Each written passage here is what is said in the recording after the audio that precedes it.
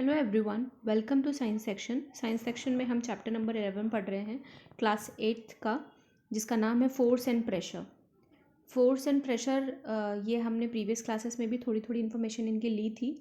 जैसे कि आप देख रहे हैं यहाँ पे, a boy is pushing a rock, है ना, and one boy is pulling something, a box, okay, and carrying a box. So there is some forces is taking place, है ना, यहाँ पे कुछ forces लग रहे हैं। so इनके बारे में जानते हैं कि force क्या होता है।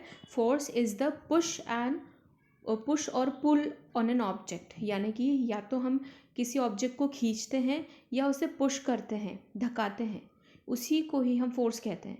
If an object has to be moved, for example, if an object has to be moved, it has to be pushed or pull, यानी कि कोई भी ऑब्जेक्ट मूव होना चाहिए। जब भी आप उसे पुश कर रहे हैं या पुल कर रहे हैं तो वहाँ पे क्या हो रहा है, फोर्स लग रहा है।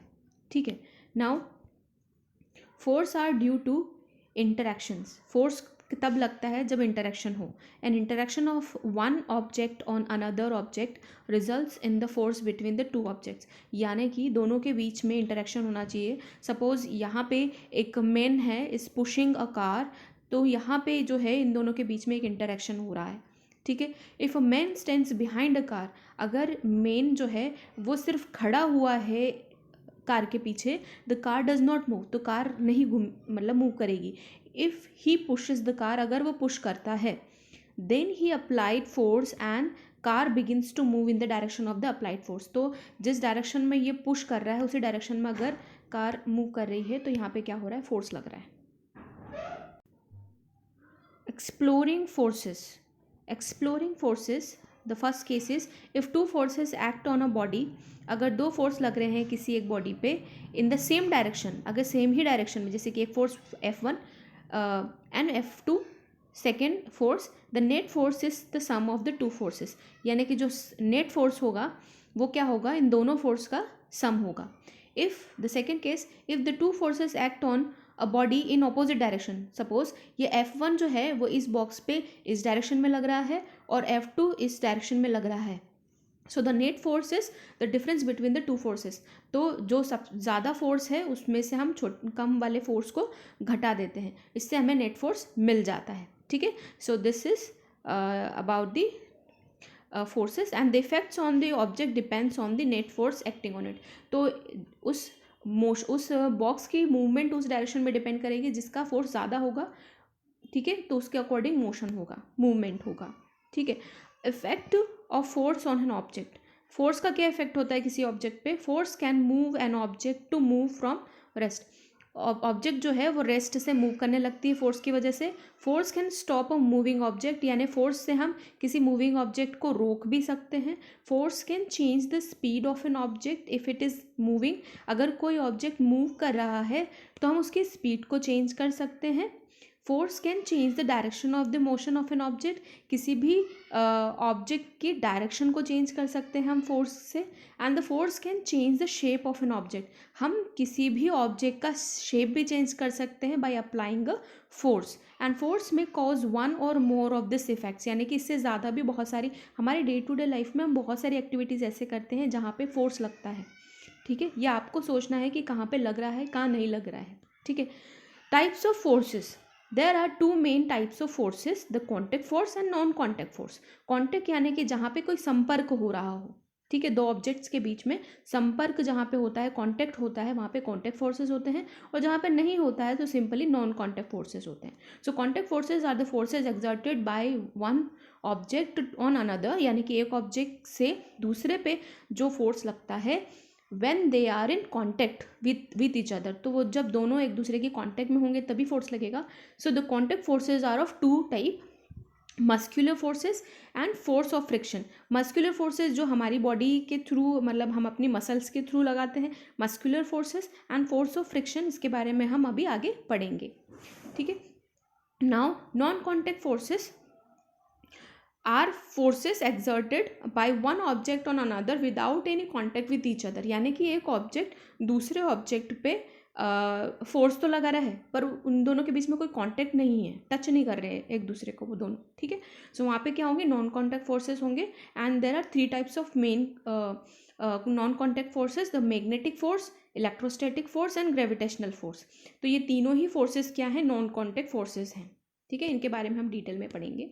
कॉन्टैक्ट फोर्सेस, मस्कुलर फोर्स की बात करते हैं। Muscular force is the force exerted by the muscles of our body, यानी कि हमारी बॉडी की मसल्स से जो फोर्स लगता है उसे मस्कुलर फोर्स कहते हैं। And we use muscular force of for our various activities, हम अपनी डेली एक्टिविटीज़ के लिए ये मस्कुलर फोर्स का यूज़ करते हैं। Animals like bullock and horse, camels, donkeys, elephants also use muscular force to perform various task, यानी कि हम इनका यूज़ करते हैं वेरियस एक्टिविटीज़ को करने के लिए हमारे डे टू डे लाइफ में।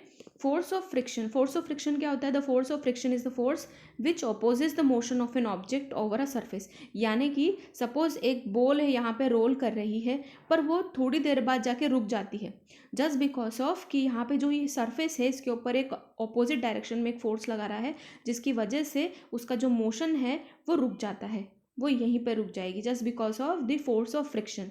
The ball rolling on the ground gradually slows down, यानी कि जब कोई बॉल एक ग्राउंड पे रोल हो रही है, घूम रही है और अचानक वो ग्रेजुअली धीरे धीरे कम हो रही है, उसकी स्पीड कम हो रही है, comes to rest due to force of friction, and धीरे धीरे कम होते होते एक जगह रुक जाती है। तो वहाँ पे वो किस वजह से रुक रही है, just because of the force of friction. If we stop pedalling a bicycle, अगर आप पैडल मारना बंद कर दें बाइसिकल का, इट ग्रेजुअली स्लोज डाउन, यानी कि वो धीरे धीरे उसकी स्पीड कम होगी, and comes to a speed due to force of friction, यानी कि वो एक जगह पे आके रुक जाएगी क्योंकि वहाँ पे फोर्स ऑफ फ्रिक्शन लग रहा है सरफेस की वजह से, ठीक है। नॉन कॉन्टैक्ट फोर्सेस की बात करते हैं। सबसे पहला था magnetic force. So magnetic force is the force exerted bye magnet. So magnetic force में मैग्नेट तो आएंगे ही सही, तो the force of attraction repulsion between two magnets, यहाँ पे फोर्स दो तरीके के होते हैं, एक रिपल्सिव फोर्स होता है और एक होता है अट्रैक्टिव फोर्स, ठीक है। अट्रैक्टिव फोर्स में दो मैग्नेट एक दूसरे को अट्रैक्ट करती हैं, या फिर एक मैग्नेट जो है वो आयरन के कोई भी सब्सटेंस को अपनी तरफ अट्रैक्ट करती है, ठीक है, तो वो हो जाएगा अट्रैक्टिव फोर्स। और रिपल्सिव फोर्स, जब दो पोल सेम पोल जब आते हैं, सपोज ये एक मैग्नेट है और ये एक मैग्नेट है, यहाँ पे ये साउथ है, ये नॉर्थ है, इसका ये नॉर्थ, ये साउथ है और ये नॉर्थ, तो ये जो नॉर्थ और साउथ है एक दूसरे को अट्रैक्ट करते हैं, है ना, तो यहाँ पे अट्रैक्टिव फोर्स लग रहा है। जबकि अगर दोनों ही पोल एक सेम पोल एक दूसरे के कांटेक्ट में आते हैं तो वहाँ पे क्या होता है, रिपल्सिव फोर्स होता है। जैसे कि आप देख सकते हो यहाँ पे साउथ एंड नॉर्थ पोल, ये south and north pole south pole को क्या करता है, अट्रैक्ट करता है, ठीक है। वहीं पर अगर south pole north pole, south और नॉर्थ की बात करेंगे तो वो भी क्या करेंगे, अट्रैक्ट करेंगे। बट अगर नॉर्थ पोल को लेके आएंगे तो वो एक दूसरे को क्या करते हैं, रिपल करते हैं, है ना। साउथ को पास में लेके आएंगे तो वो एक दूसरे को रिपल करेंगे, यानी कि दूर दूर हटने का कोशिश करते हैं। तो force exerted by a magnet on a piece of iron और a steel, okay. Electrostatic force, electrostatic force is the force exerted by a charged body on another charged or uncharged body, यानी कि electrostatic force वो force होता है जहाँ पर एक charged body एक चार्ज्ड बॉडी पर या अनचार्ज्ड बॉडी पर, दोनों पे में से किसी पे भी फोर्स एक्सर्ट करती हो, तो वो वहाँ पे होता है इलेक्ट्रोस्टैटिक फोर्स, ठीक है। अ plastic straw charged by rubbing with paper, एक प्लास्टिक स्ट्रॉ लीजिए, उसको रब करिए पेपर पे, and attracts suspended plastic straw, यानी कि वो अलग जो दूसरे स्ट्रॉज हैं उनको क्या करती है, अट्रैक्ट करती है। So a plastic straw charged by rubbing with paper repel a suspended plastic charged by rubbing with each other with paper, यानी कि ये जो चीज़ है यहाँ पे क्या हो रहा है, रिपल्शन हो रहा है, और यहाँ पे क्या हो रहा है, अट्रैक्शन हो रहा है। तो यहाँ पे क्या ही फोर्स लग रहा है, electrostatic force. Gravitational force, the gravitational force is the force exerted by the earth on an object, यानी कि वो फोर्स जो अर्थ किसी ऑब्जेक्ट पे लगाती है उसे क्या कहते हैं, ग्रेविटेशनल फोर्स कहते हैं। जैसे कि हम चल पाते हैं just because of gravitational force. It pools all objects towards the earth, यानी कि कभी भी कोई चीज़ आप अगर कोई भी चीज़ ऊपर की तरफ फेंकोगे तो वो नीचे ही आती है, क्यों, क्योंकि यहाँ पे अर्थ जो है कोई भी ऑब्जेक्ट को अपनी तरफ खींचती है, तो वो जो फोर्स होता है वो कौन सा होता है, ग्रेविटेशनल फोर्स। A coin और pen falls down when it slips off your hand, कभी भी पेन या पेंसिल कुछ भी चीज़, कॉइन वगैरह कुछ भी गिरता है आपके हाथ से तो कहाँ गिरता है, नीचे, है ना। A ball throne upward falls down, या कोई भी बॉल अगर ऊपर की तरफ आप फेंकोगे तो वो नीचे की तरफ आती है। Leaves fruits fall to the ground when they get detached from the plants, यानी कि कोई भी लीव या फ्रूट्स जब गिरते हैं तो नीचे की तरफ गिरते हैं। Water in river flows downwards, water भी नीचे की तरफ बहता है। तो ये जो है एग्जाम्पल ये ग्रेविटेशनल फोर्सेस के हैं, क्योंकि यहाँ पे जो भी मूवमेंट हो रही है वो कहाँ हो रही है, नीचे की तरफ, अर्थ की तरफ। प्रेशर की बात करते हैं।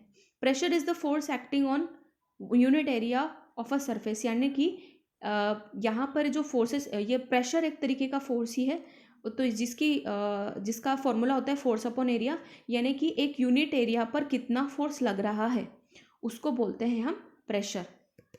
ठीक है। Now if the area is smaller the pressure is more on the surface of the same force, यानी कि अगर एरिया कम रहेगा तो फोर्स ज़्यादा लगेगा। ठीक है। Now it is easier to push a nail into a wooden plank by its pointed, यानी कि यहाँ पे क्या हो रहा है कि हम it is easier to push a nail, यानी कि आप एक नेल को ईजिली पुश कर सकते हो into a wooden Planck bye it's pointed, यानी कि आप उसकी पॉइंट से क्योंकि उसका पॉइंट बहुत ज़्यादा नुकीला होता है तो आप इजीली उसको क्या कर सकते हो, कहीं पे भी वुडन प्लैंक में उसको फिक्स कर सकते हो। And then it's head because the pressure is more, क्योंकि अगर आप इस पोर्शन से लगाएंगे तो यहाँ से प्रेशर ज़्यादा लगेगा, यहाँ से यहाँ से ज़्यादा लगेगा, यहाँ से कम लगेगा। It is easier to cut vegetables with a sharp knife, आप कोई भी वेजिटेबल या किसी भी चीज़ को कट करते हो तो शार्प होना, उस एजेस का शार्प होना ज़रूरी है ना। Then a blunt knife because the pressure is more, क्योंकि वहाँ पे प्रेशर ज़्यादा होगा।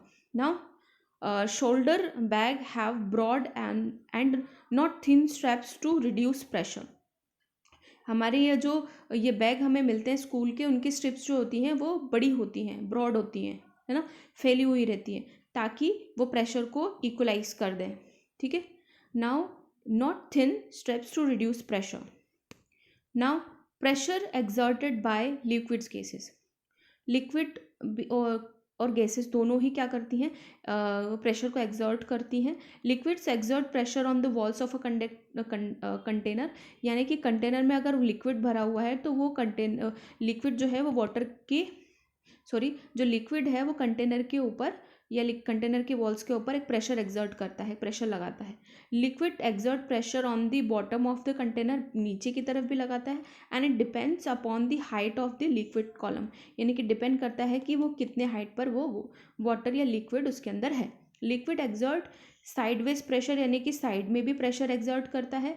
And liquid exert equal pressure at the same height, यानी कि सभी जगह पर एक तरीके से सभी जगह पर लिक्विड जो है वो सेम क्या कह सकते हैं, प्रेशर एक्सर्ट करता है। ठीक है। Now pressure exerted bye gases, gases के थ्रू भी प्रेशर एक्सर्ट होता है। जैसे कि आपने देखा होगा आपकी जो साइकिल्स होती हैं, बाइसिकल्स होती हैं, उनमें जब भी एयर पंप के थ्रू एयर फिल की जाती है तो वो फूल जाते हैं। क्यों? क्योंकि एयर जो है ये इस ट्यूब पर एक फोर्स एक्सर्ट करती है जिसकी वजह से ये फूल जाता है ना। वैसे ही बलून की बात करें तो बलून में जब हम एयर अंदर फील करते हैं तो क्या होता है कि उसका साइज़ जो है बढ़ता है, जस्ट बिकॉज ऑफ कि एयर जो है उसके ऊपर एक प्रेशर एक्सर्ट कर रही है। ठीक है। सेम ये चीज़ यहाँ पर भी होती है। तो gases exert pressure on the walls of a container. Now atmospheric pressure, atmosphere जो हमारे अर्थ पे है वो भी हम पे एक प्रेशर लगाता है। Atmospheric pressure is the pressure of air around us, हमारे एयर जो अर्थ पे है उसके थ्रू जो प्रेशर लगता है उसे बोलते हैं atmospheric pressure. Atmospheric pressure is due to the weight of the air, जो एयर है उसमें जो वेट है उसकी वजह से एटमॉस्फेरिक प्रेशर लगता है।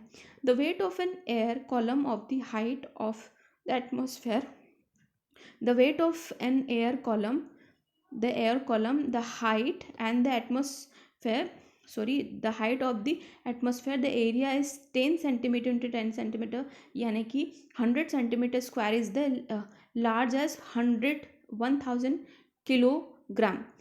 इसको एक बोल सकते हैं कि ये लगभग इतना 1000 किलोग्राम लगभग इतना बड़ा रहता है। ठीक है।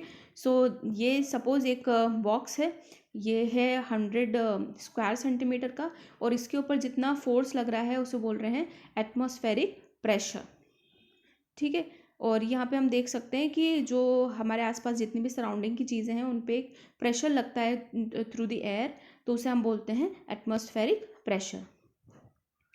So this is the end of the chapter. Thank you all of you.